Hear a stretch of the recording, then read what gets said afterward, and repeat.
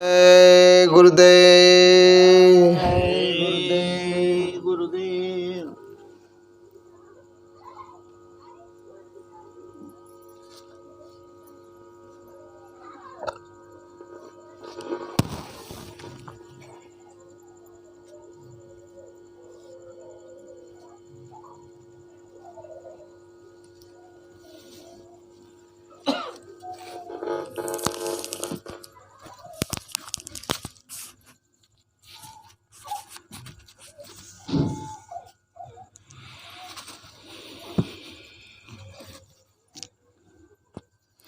जय गुरुदेव। जय गुरुदेव। जय गुरुदेव। नाम किसका? प्रभु का। जय गुरुदेव। नाम किसका? प्रभु का। ये नाम नहीं इंसान का, ये नाम है भगवान का। तो प्रेम से बोलो जय गुरुदेव। जय गुरुदेव। जय गुरुदेव।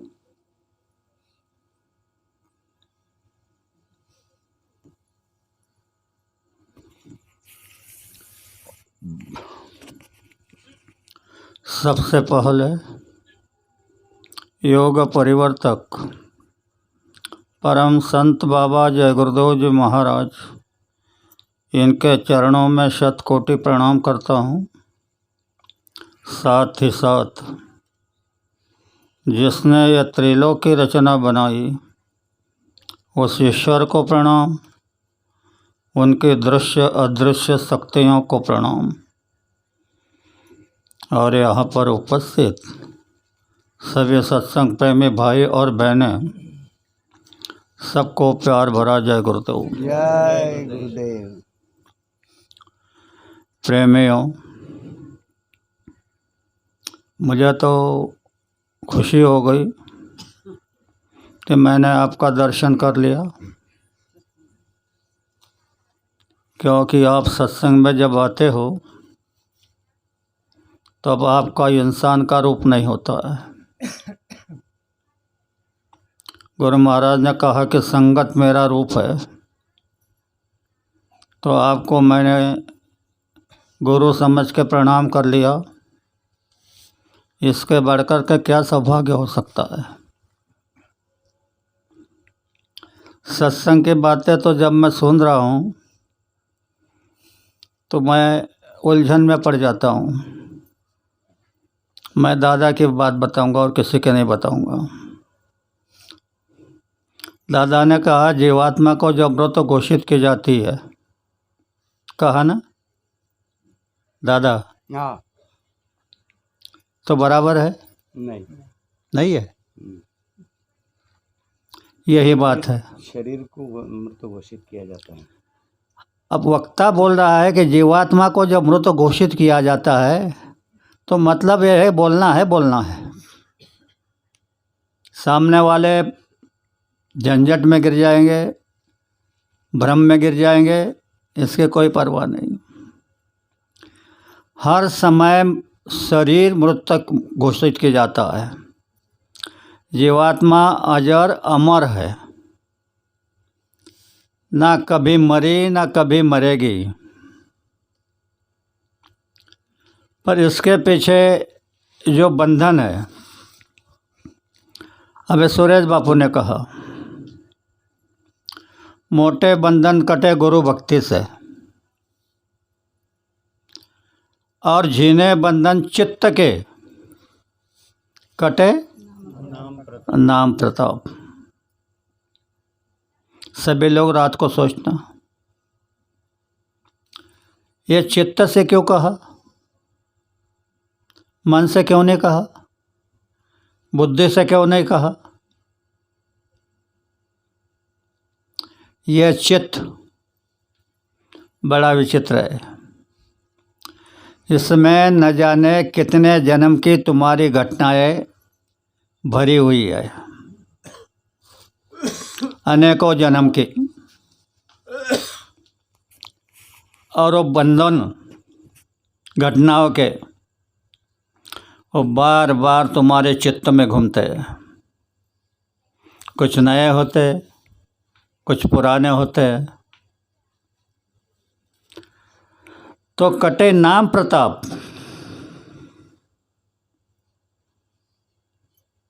शब्द बहुत सुंदर है, लेकिन एक बार नाम कट ले लिया तो कट गया, ये बात नहीं है। जैसे तुम्हारे चित्त में 2400 घंटे वह तुम्हें अपनी इसमें ऐसे घुमाता रहता है, फुर्सत नहीं, उसी तरह तुम हर समय अगर जय गुरुदेव नाम का चिंतन करोगे तो वो कटेंगे, नहीं तो कटने वाले नहीं। हमेशा हमेशा चिंतन रहना चाहिए। और आज मैं आपसे प्रार्थना करता हूँ कि इस बात का अनुभव करके देख लेना। जब आपके अंदर 2400 घंटों उस नाम का चिंतन रहेगा तो आप कहोगे सोना कब? आप सोते भी रहे तो भी चिंतन जारी रहता है, बंद नहीं होता। जब दिन में नकली जारी होता है तो रात को असली होता है। यह अनुभव करो। बाबा जी के बात को समझा नहीं, बाबा जी के बात को समझा नहीं, बाबा जी की तो एक भी बात एक भी आदमी नहीं समझ रहा है। ठीक है, वो दयागार है, तुम्हारे चाहे जितने गुनाहों को माफ़ कर देता है। हम हमारी चतुराई समझते हैं कि हमने हमारी गलती किसी के सामने नहीं आने दी, ये चतुराई समझते हैं। लेकिन हमारे लिए सबसे ज़्यादा दुख ये है कि तुम्हारी गलती किसी के समझ में ना आने देना। कबीर साहब ने स्पष्ट बताया था, निंदक नियरे रखिए, घर के पास में निंदा करने वालों को रखो। निंदक नियरे रखिए, आंगन कुटी समाए, बिन पानी बिन साबु, मन निर्मल करे सुभाए। इस धरती पर तुम्हारी मन की गंदगी निकालने वाला अगर कोई होगा तो वो तुम्हारा निंदक, निंदा करने वाला। मैं तो यह समझता हूँ कि अगर निंदक के आप उसके चरण में झुकते जाओगे तो तुम्हारे न जाने कितने पाप कट जाएंगे। गुरु महाराज तो अपने तरीके से काट रहे हैं बिना कुछ किए। इतने दिन से अभी यह साधना शिविर में सोने में सुहागा मुहूर्त आया था। मुक्ति दिवस कितने दिन से मना रहे हैं, पर इशारा ही नहीं हुआ तो क्या कहूँ। लेकिन एक बार पूरा बोध हुआ कि यह क्या है, यह मुक्ति दिवस क्या है, यह क्यों मनाया जा रहा है। ऐसे एक बार मेरे पास में छोटा रेडियो था, उस पर हमेशा भजन आता था, देव बाजार सा भाजीपाला नहीं हो, देव बाजार सा भाजीपाला नहीं हो। हर रोज़ 4 बार 5 बार सुनता था, बड़ा अच्छा लगता था, समझता था कितना सुंदर भजन है, पर बोध नहीं। कानों को लय सुंदर लग रही थी, सुनता था। एक बार नहा रहा था, नहाते नहाते वही भजन लगा, तो आखिरी में आया, देवाचं देवत्व आहे ठाई ठाई। कितने दिन से सुन रहा था पता नहीं चल रहा था, लेकिन उस दिन खट करके आंखें खुल गई की देवाचं देवत्व आहे ठाई ठाई, मी तू पण गेल्या वाचून अनुभव नहीं। जब तक मेरा और तेरा ये रहेगा तब तक अध्यात्म का किसी का भी अनुभव नहीं होगा। ये छोटी छोटी बातें मालिक के दया से समझा रहा हूँ। मैं और तू ये बहुत बड़े दुश्मन है, और ईश्वर की साधना इतनी सस्ती है कि संसार के कोई भी चीज़ इतनी सस्ती नहीं है। पर हमने जिस धागे को पकड़ रखा है उसको जब तक छोड़ते नहीं तब तक आपको बातें समझ में नहीं आएगी। क्योंकि न जाने कितने युग हो गए, कितने महात्मा आ गए। उस समय हम भी थे, आप भी थे, हम है ही है, नहीं है ऐसे नहीं है, हर जन्म में है। फर्क इतना है तो किसी होने में है मालूम नहीं, लेकिन है। और ये सुनते सुनते सुनते सुनते मन को इतना ज्ञान हो गया है कि महात्माओं को भी नहीं होगा, इतना ज्ञान मन को हो गया है। अच्छा भी हुआ है और बुरा भी हुआ है, दोनों। इसलिए कहा कि दो धारे चलेगी। आज हर का मन हर तरह से अच्छी बातें को भी जानता है, बुरी से बुरी बातों को भी जानता है, लेकिन अच्छी पकड़ने को तैयार नहीं, बुरी छोड़ने को तैयार नहीं। ये तो मैं कई दिनों से ढूंढ रहा हूँ कि क्या समझाऊँ, कैसे समझाऊँ, क्या करूँ। ऐसी कोई बात नहीं है कि उंगली बता करके रख दूँ। ये हर बात यहाँ पर ऐसे समुचित है। जैसे मोटरसाइकिल, किसी ने कहा वो मोटरसाइकिल है, तुम उसको कहो जाओ उंगली रख करके बताओ कौन सी मोटरसाइकिल है। जहाँ भी उंगली रखेगा वो अलग पार्ट होगा। हैंडल पर रखेगा तो वो मोटरसाइकिल नहीं होगी, हैंडल होगा। चक्के पे रखेगा तो वो मोटरसाइकिल नहीं कोई चक्का होगा। ऐसे अलग अलग पार्ट हो गए, लेकिन नाम तो मोटरसाइकिल है। आखिर बात क्या है? ये काल ने भ्रम में डालने के लिए ऐसे कई प्रकार के भ्रम बना करके रखे। इसे ऐटो भी कहते हैं। ऐटो का मतलब जानते हैं क्या? ऐटो माने स्वयं चलित, खुद चलने वाली जो चीज़ है उसे ऐटो कहते हैं। तो हमारा यह शरीर भी एक ऐटो है, अपने चलता है। इसे हैंडल मारने की ज़रूरत नहीं। और जैसे कई मोटरसाइकिल के पार्ट है, ऐसे कई पार्ट हमारे भीतर में है, और वह पार्ट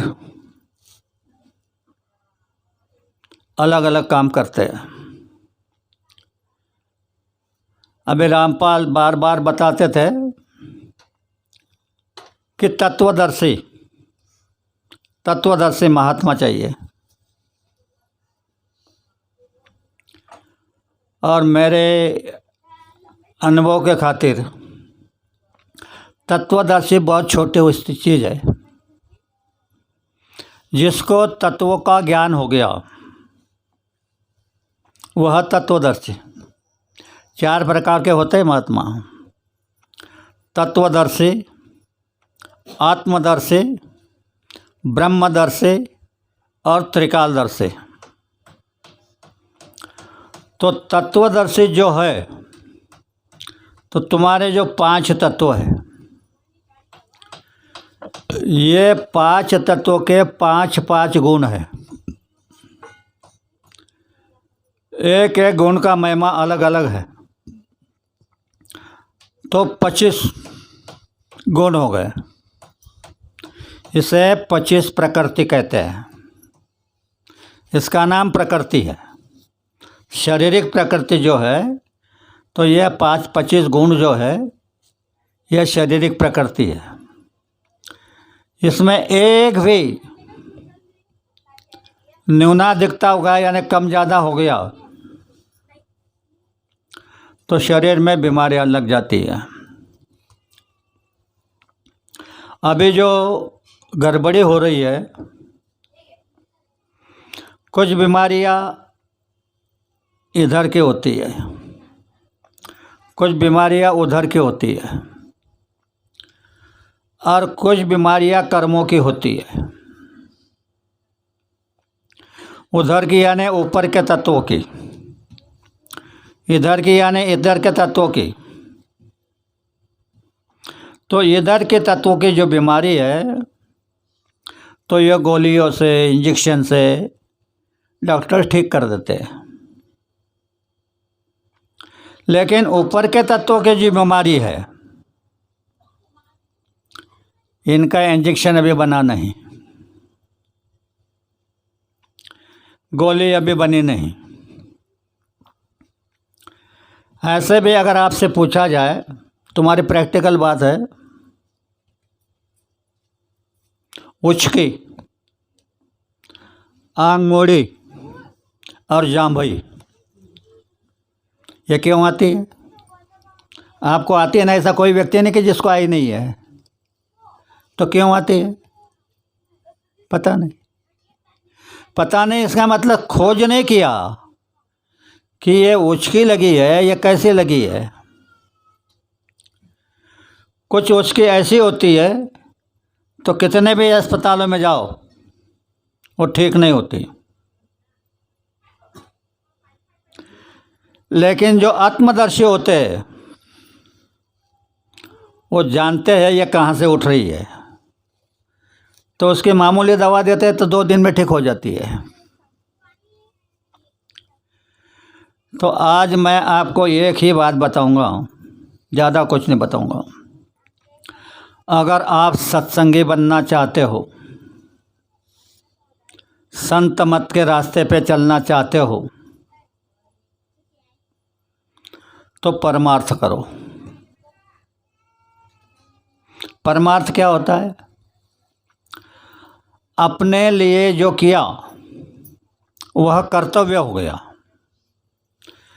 तुमने तुम्हारी खेती देख रेख किया, सब कुछ किया, यह तुम्हारा कर्तव्य हो गया। लेकिन दूसरे के लिए जो किया वो परमार्थ हो गया। हमेशा अपने अंतर में दूसरे के विषय के लिए तकलीफ चाहिए कि यह दुखी है, यह कष्टी है, तो उसे नहीं कुछ दे सकते तो कम से कम मीठे शब्दों से उसका सांत्वन तो भी करना चाहिए। आज तो बात ही अलग है। अब नाम लिया जाएगा वो ठीक नहीं है, लेकिन पहली बात बता देता हूँ। जब किसी की बीमारी होती थी घर में, तो वो बोलते थे प्रमुख लोगों से कि मालिक से फ़ोन करो, मेरी पत्नी बीमार है। फ़ोन करना तो दूर, पर इधर से क्या जवाब मिलता था? ये तो कर्म है, जिसके उसके कर्म तो भुगतना ही है। कर्म किसी छुट्टे है? ये बातें हो रही है। मालूम नहीं तो बता दिया कर्म है। कर्म तो है, सब जानते हैं कर्म है, पर मालिक सभी कर्मों का निराकरण करने वाले हैं। उनके कान पे गिर जाए, ये हमारी इच्छा है। नहीं करे लोगों ने। यानी एक छोटी सी बात, बिल्कुल हम जिससे प्यार करते हैं, लड़के से, रिश्तेदारों से, किसी से भी, तो बार बार उसका नाम हमें याद आता है। और बाबा जी ने आपको जय गुरुदेव नाम से प्यार करने के लिए कहा है। कर रहे क्या? अंदर ढूंढने की कोई जरूरत नहीं। अगर वक्ता ने जय गुरुदेव बोला तो 75% लोग जय गुरुदेव नहीं बोलते हैं।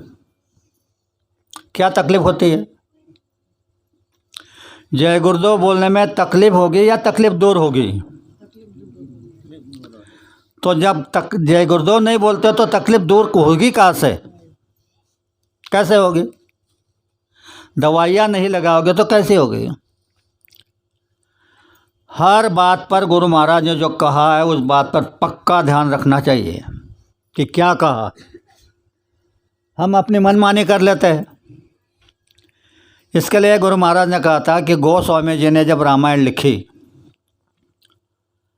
तो पंडितों ने उस रामायण को सर पर रखा और धुआंधार प्रचार किया। 45 साल गोस्वामी जी यहाँ रहे रामायण लिखने के बाद। किसी ने यह नहीं पूछा कि स्वामी जी ये क्या लिखा है। अपने मन माने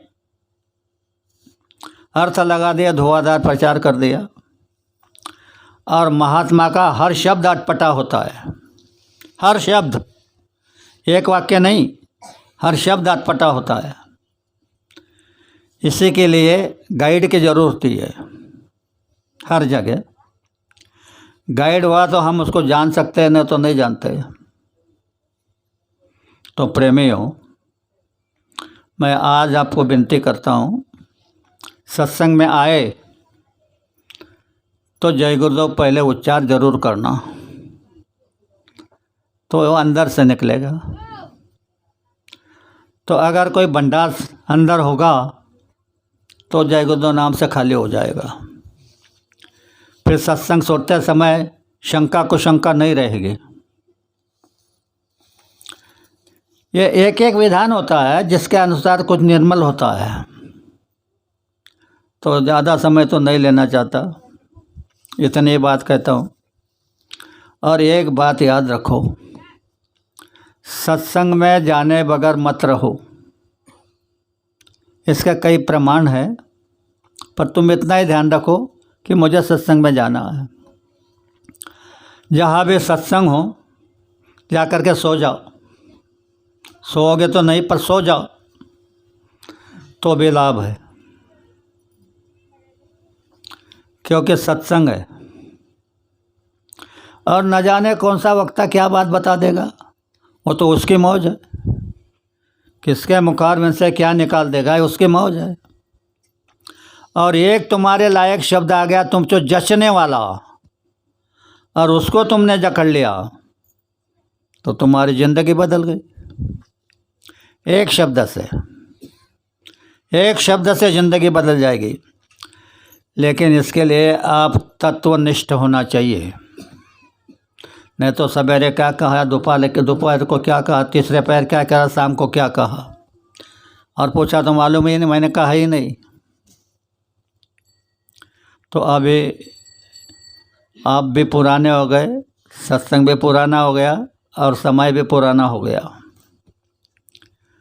अब वक्त है भुगतने का। कर्म भुगताए बगैर यहाँ छुट्टी नहीं है। तो अगर कर्म भुगतने का समय आया तो जरा भी दुख मत होने देना, जरा भी नहीं। मानो तुम्हारा कोई भारी नुकसान हो गया, तो पहले ये देखो ये कहाँ से आया था। तुम्हारा था नहीं, तो फिर तुमको दुख किस बात का? जिसका था उसने ले लिया।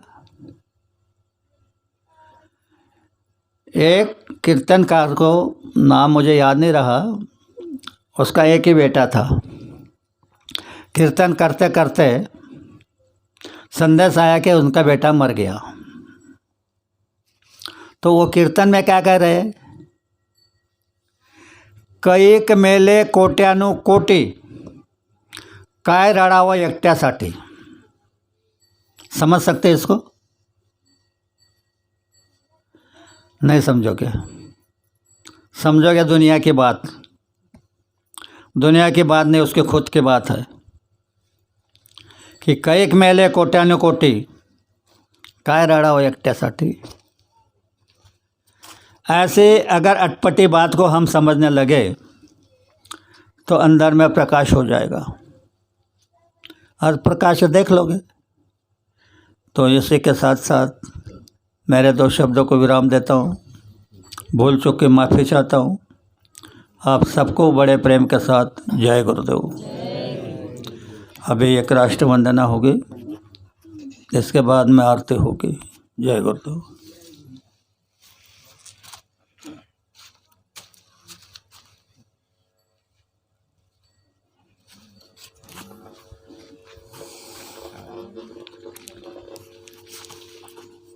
जय गुरुदेव। हे तन मन धन से सदा सुखी हो भारत देश हमारा, सभी धर्म अरु पंथ पक्ष को दिल से रहे प्यारा। विजयी हो विजयी हो विजयी हो भारत देश हमारा। निर्भय हो यह देश की माता, मंगल कीर्ति कराने, सत्यशील अरु निर्मल मन से वीरों को उपजाने। सद्गुणी हो यह देश की जनता, जीवन सुख सजवाने, रंक राव पंडित भिखारी, सबको सुख दिलवाने। विजयी हो विजयी हो विजयी हो भारत देश हमारा। स्पृश्य हटे यह सारा, देश कलंक मिटाने, सबके मन कर्तव्यशील हो, धन उद्योग बढ़ाने, सबका हो विश्वास प्रभु पर, अपनी शक्ति बढ़ाने, ब्रह्मचर्य अध्यात्म दैवी गुण घर घर में प्रगटाने, सारा भारत रहे सिपाही, शत्रु को दहशाने, टुकड़िया दास कहे स्फूर्ति हो, सबको भक्ति कराने। विजयी हो विजयी हो विजयी हो भारत देश हमारा, तन मन धन से सदा सुखी हो भारत देश हमारा। जय गुरुदेव। सर्वांनी एक साथ आरती म्हणायची आहे। विनय करूं मैं दो कर जोरे, सतगुरु द्वार तुम्हारे, बिन घृत दीप आरती साजू, दो अखियन मझधारे, भाव सहित नित बैठ झरोखे, जो हत प्रियतम प्यार, पग ध्वनि सुनो श्रवण ही अपने, मन के काज बिसारे, जागी सूरत पियत चरणामृत, पियत पियत हुए न्याय। घंटा शंख मृदंग सारंगी बंसी बीन सुनायो। जय गुरुदेव आरती करती गाव। जय जयकारे विनय करूँ मैं दो कर जोरे। सतगुरु द्वार तुम्हारे दाता द्वार तुम्हारे मालिक द्वार तुम्हारे स्वामी द्वार तुम्हारे। जय गुरुदेव जय गुरुदेव।